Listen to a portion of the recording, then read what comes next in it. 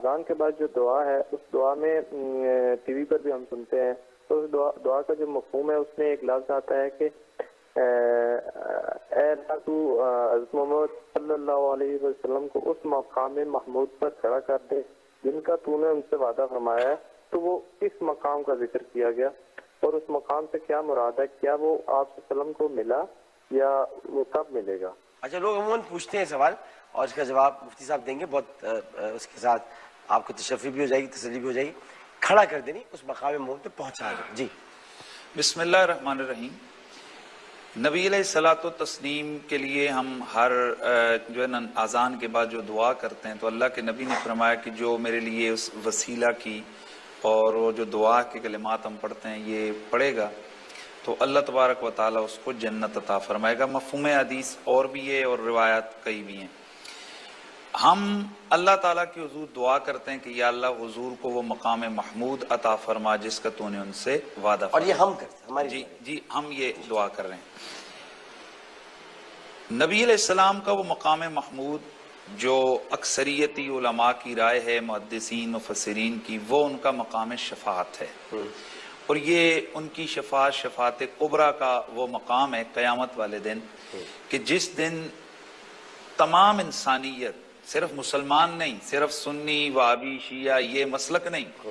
تمام انسانیت، تمام مذاہب وہ اس وقت رسول اللہ کی تعریف کریں گے۔ اور وہ حدیث کیا ہے کہ نبی علیہ السلام فرماتے ہیں کہ اللہ رب العزت جو ہے نا ارشاد فرمائیں گے کہ لمن الملک اليوم، آج بادشاہت کس کی ہے؟ تو کسی کی کوئی جرت نہیں ہوگی کہ اس وقت اس اللہ تعالیٰ کے خوف کے آگے وہ بات کر سکے اور وہ جواب دے سکے۔ تو فرمایا کہ خود ہی اللہ پاک جواب دیں گے للہ الواحد القہار، ایک قہر کرنے والے اللہ کی جو ہے نا حکمرانی ہے۔ تو انسانیت پریشان حال ہوگی کہ اب ہم جو ہے نا کیا انہیں کچھ سمجھ نہیں آ رہی ہوگی، تو اللہ تعالیٰ ان کے دلوں میں خود ڈالیں گے کہ وہ انبیاء کرام کے پاس جائیں گے، حضرت آدم سے لے کر حضرت عیسیٰ علیہ السلام تک، ان انبیاء کی بارگاہ میں وہ جا کر ان کی تعریفات کریں گے، ان کی عظمت و توقیر کو بیان کریں گے، حضرت آدم کی شان بیان کر کے کہیں گے آپ اللہ کی بارگاہ میں ہماری سفارش اور شفاعت کریں تاکہ اللہ تعالیٰ ہمارا حساب و کتاب شروع فرمائے۔ وہاں قطع نظر کسی مذہب مسلک کے انسانیت جائے گی۔ حضرت آدم علیہ السلام فرمائیں گے نفسی نفسی اذهبوا الی غیری، آپ اگلے انبیاء کی طرف روانہ فرما دیں گے۔ یوں ہی حضرت نوح، حضرت سیدنا ادریس، حضرت سیدنا موسیٰ، حضرت ابراہیم خلیل اللہ، بالآخر حضرت عیسیٰ علیہ السلام کے پاس یہ انسانیت آئے گی۔ تو آپ بھی یہی جواب دیں گے، لیکن اس میں اضافہ یہ فرمائیں گے کہ آج کا یہ جو مقام ہے یہ محمد عربی صلی اللہ علیہ وسلم کے لیے اذهبوا الی محمد، تم سارے کے سارے محمد عربی صلی اللہ علیہ وسلم کے پاس چلے جاؤ۔ جب حضور کی بارگاہ میں جائیں گے اور جا کر عرض کریں گے کہ آپ اللہ کی بارگاہ میں ہماری شفاعت فرمائیں کہ اللہ تعالیٰ حساب و کتاب شروع فرمائے، تو اللہ کے نبی یہ نہیں فرمائیں گے کہ کہیں اور چلے جاؤ، اللہ کے نبی فرمائیں گے کہ ہاں انا لہا، میں ہوں اس کے لیے، میں ہوں اس کے لیے، یعنی یہ جو مقام شفاعت کبریٰ ہے یہ میرے لیے۔ یہ وہ لمحہ ہوگا کہ جس وقت پوری انسانیت کی زبانوں پر حضور کی عظمت، حضور کی شان، حضور کی توقیر کے غلغلے بلند ہوں گے، اور ان کی زبانوں پر حضور کی تعریف اور ثنا اور حضور کی نعت جاری ہوگی، اور سب یہ کہیں گے کہ محمد جیسا کوئی نہیں۔ تو یہ ہے وہ مقام محمود۔ تو ہم یہ دعا کرتے ہیں یا اللہ حضور کو وہ مقام محمود عطا فرما جس کا تو نے ان سے وعدہ فرمائے۔ اب آپ ارشاد فرما دیں چونکہ وہ ڈاکٹر صاحب۔ دیکھیے بہت ساری باتیں محترم قریشی صاحب نے بیان کر دی ہیں، اس میں ایک وسیلہ ہے، آت محمد عن الوسیلہ۔ یہ جو وسیلہ ہے یہ جنت میں اعلیٰ ترین مقام ہے جو اللہ رب العالمین نے حضور اکرم صلی اللہ علیہ وسلم کے لیے خاص کر رکھا ہے، اور یہ اعلیٰ ترین مقام ہے۔